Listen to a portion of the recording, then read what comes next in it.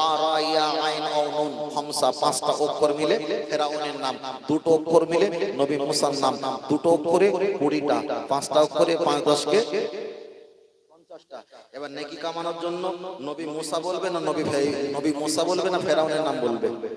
ফেরাউনের নাম একবার বললে 50টা, নবী মুসার নাম একবার বললে কোন দিকে যাবা? কেন নেকির দিকে যাবি না কেন?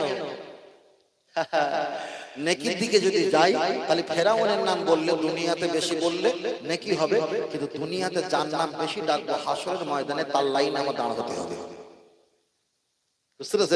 আর যদি আমি নবী মুসা আলাইহিস সালামের নাম বলি আমার নেকি হবে কম, কিন্তু হাসরের ময়দানের লাইনটা হবে তার সাথে লাইন। কুল্লু নবিয়্যিন মাসুম, নবীরা হবে নিষ্পাপ, তারা জান্নাতি বারহাক, তাদের সঙ্গে শাফাতের কারণে আমিও আপনি জান্নাতি। খালি নেকির পিছনে ছুটলে খবর আছে, মহব্বতের পিছনে থাকলে নেকি কম হলেও জান্নাত আছেই আছে। যদি বলে